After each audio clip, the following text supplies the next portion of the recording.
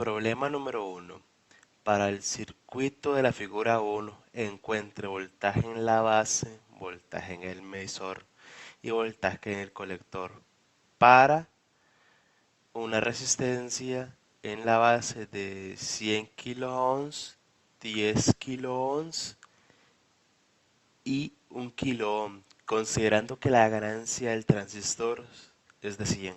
Analizando el circuito, se observó que la forma más sencilla de resolverlo es a través de un análisis de mallas de Kirchhoff. Se obtuvieron dos mallas.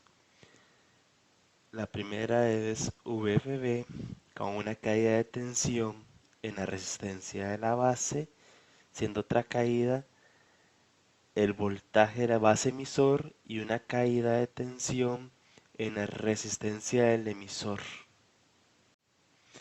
Y la segunda malla tiene una caída de tensión en la resistencia del colector, una caída de tensión que es el voltaje base colector y la última caída que es la resistencia en el emisor. Y como en estas mallas se encuentra el transistor, debe tomarse en cuenta. Como se observa, se utiliza su ganancia siendo en la primera malla sumada más 1 y en la segunda esta divide 1 y se le suma 1. Al despejar la primera malla con los datos que tenemos, según el enunciado, podemos obtener la corriente en la base.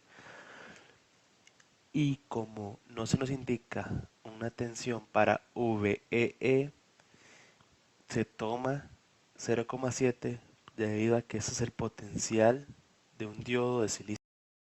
Ya con el valor de la corriente en la base y sabiendo que la ganancia es igual a la corriente en el colector dividido entre la corriente en la base, hacemos un despeje de esta ecuación y obtenemos la corriente en el colector.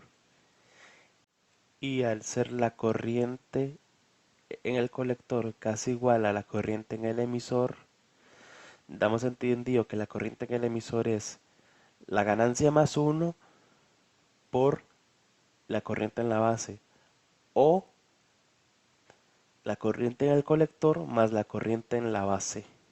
Al despejar la segunda ecuación, obtenemos la tensión entre el colector y el emisor.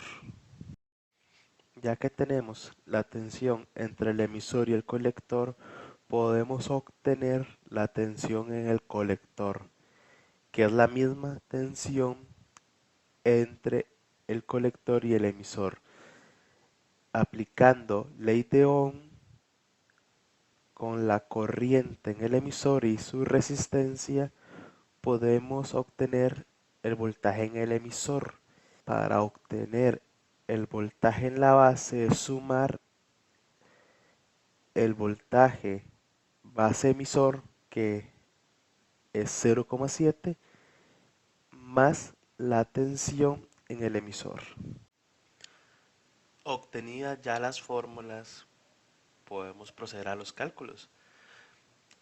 Para la resistencia en la base de 100 kiloohmios, la corriente en la base es de 21 microamperios. La corriente en el colector es de 2,1 miliamperios y la corriente en el emisor es de 2,16 miliamperios. Asumimos que el voltaje base emisor es de 0,7, el voltaje colector emisor es igual a 0,7, por ende el voltaje en el colector es 0,7.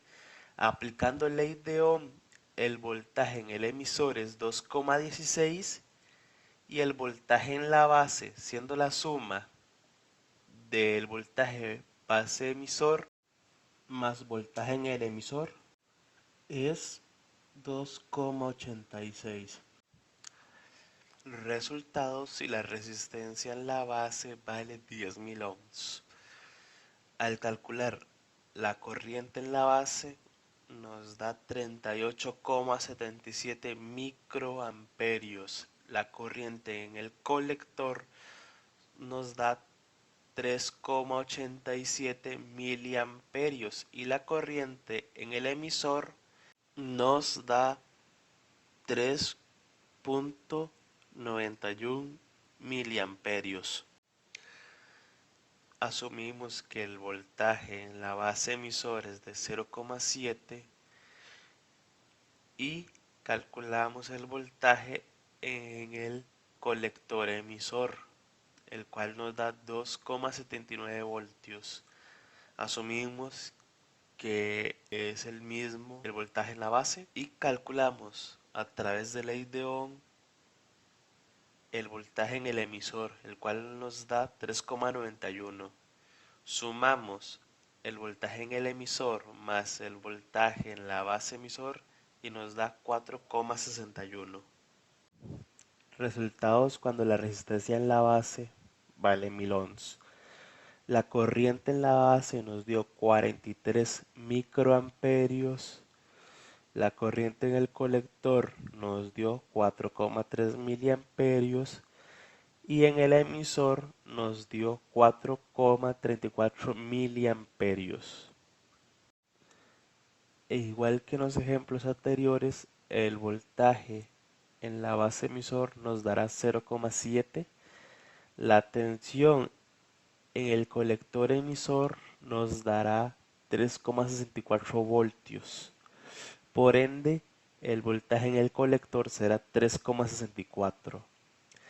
A través de ley de Ohm calculamos la tensión en el emisor, la cual es 4,34 voltios, y sumando esta a la tensión en la base emisor nos da la tensión en la base, la cual es 5,4 voltios. Problema número 2 del examen de electrónica, en el cual nos piden calcular los parámetros de transconductancia, la resistencia pi y la resistencia del diodo interno.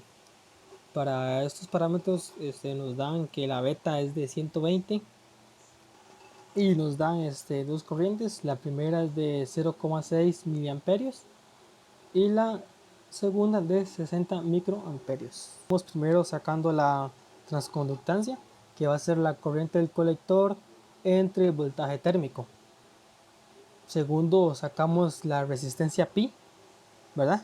Que viene por número pi, resistencia pi, que va a ser la beta, que la beta es la ganancia de la corriente del emisor común entre la transconductancia. Y por último vamos a sacar la resistencia del diodo interno, que en este caso va a ser el voltaje térmico entre la corriente del colector.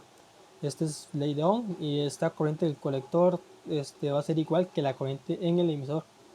Y estos mismos pasos los vamos a repetir para la corriente de 60 microamperios. Los resultados contra la corriente del colector vale 0,6 miliamperios son.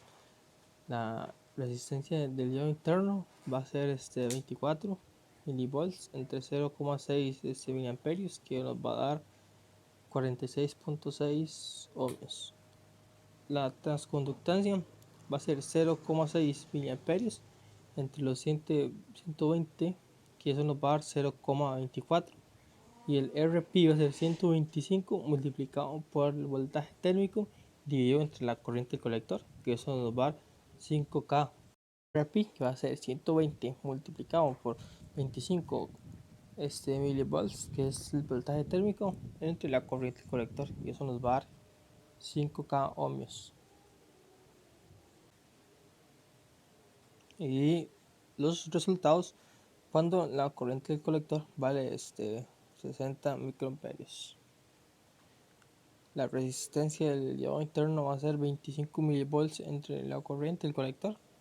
Eso nos va a dar un resultado de 416 ohmios.